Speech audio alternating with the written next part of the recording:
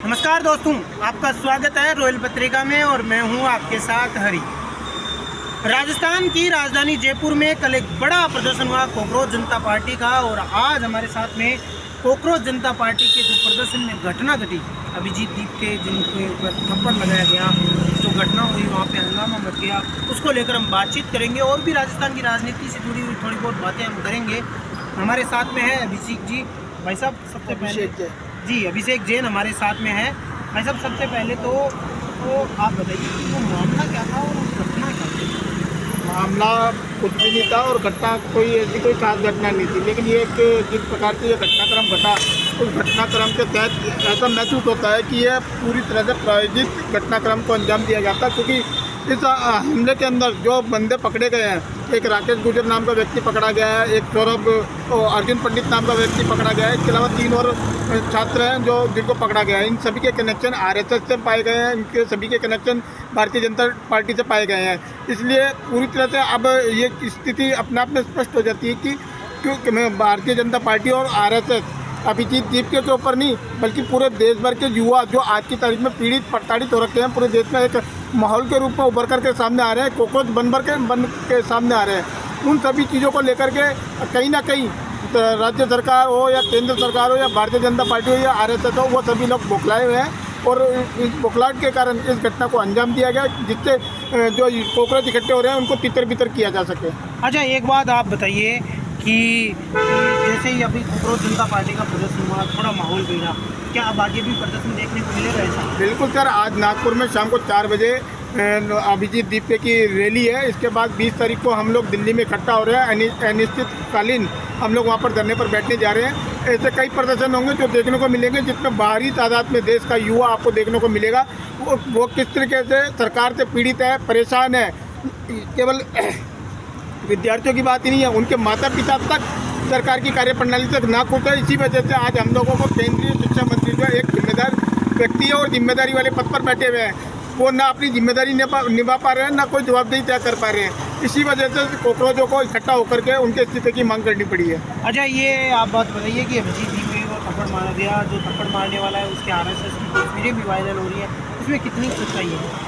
Sir तो जानकारी प्राप्त की इसके बारे में? बिल्कुल जानकारी प्राप्त किया हमने, खुद हमारे जो पर्सनल सोर्स थे वो लगा करके उसकी जानकारी हम लोगों ने जुटाई है।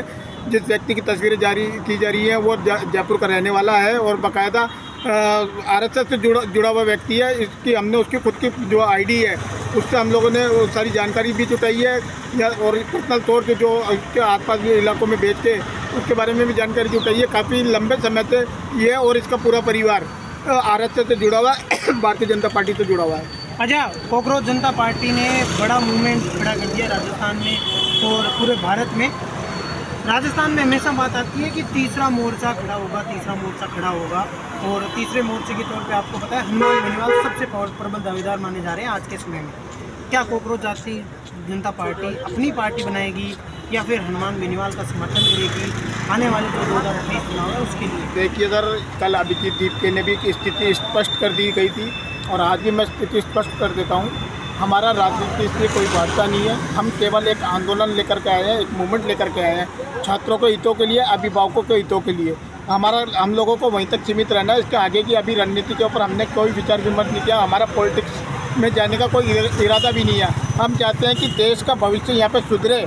देश की शिक्षा व्यवस्था जो बिगड़ी हुई है, खस्ता हाल में चल रही है, वो सारी व्यवस्था सुधरे, जिससे अभिभावकों के ऊपर पीड़ा ना सहनी पड़े, ना छात्रों को पीड़ा सहनी पड़े। इस तरह का मूवमेंट हम लोग चला रहे हैं और ना तो तीसरे मोर्चे की बात हो रही है, ना चौथे मोर्चे की बात हो रही है, ना पहला ना दूसरा। हम किसी भी मोर्चे में शामिल नहीं है। लेकिन हाँ, इतना जरूर है कि हमने इस मूवमेंट के लिए ये भारतीय जनता पार्टी, कांग्रेस, आम आदमी पार्टी, समाजवादी पार्टी हो या आरएलपी हो या तमाम जितने भी देश भर के अंदर राजनीतिक दल है, उन सभी से निवेदन किया है, अगर आपको बच्चों के भविष्य के बारे में चिंता है तो आप हमारे साथ आइए, जुड़े और हमारा समर्थन करें। अच्छा, आप जैसे नीट पेपर लीक की बात उठा रहे हो ना, जैसे एजुकेशन की बात उठा है, वैसे ही हनुमान बेनीवाल ने 122 दिन धरना दिया था एसआई भर्ती को लेकर के, वो भी एक ही बात हो गई। यानी मुद्दे तो दोनों के एक ही है।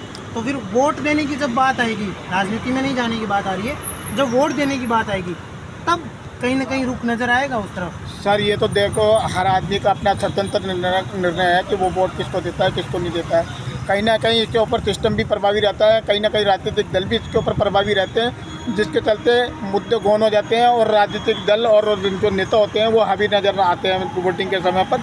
लेकिन जहाँ तक मैं मानता हूँ अब धीरे धीरे देश का युवा जागरूक भी हो रहा है और एकजुट भी हो रहा है, उनको समझ में भी आ रहा है कि कौन उनके साथ है और कौन उनके खिलाफ है। इस तरह की बातें लगातार देखने को मिल रही है और मुझे उम्मीद है कि इस बार युवा अगर वोटिंग करेगा तो अपने हिसाब से वोटिंग करेगा और बदलाव के लिए वोटिंग करेगा। जी, तो ये थे हमारे साथ में अभिषेक जैन, जिनसे बातचीत हुई है और स्पष्ट स्थिति है कि आगे 20 तारीख को दिल्ली में बड़ा धरना होगा, अनिश्चितकालीन धरना होगा और जो तीसरे मोर्चे की बात होती है उसके ऊपर कुछ खास है वो अभी पता नहीं चल पाया है। हम आगे भी हम आपके साथ ऐसी बातचीत करते रहेंगे। ऐसी ही खबरें देखने के लिए देखते रहिए रॉयल पत्रिका में। कैमरामैन इरफान के साथ जयपुर से हरी, धन्यवाद।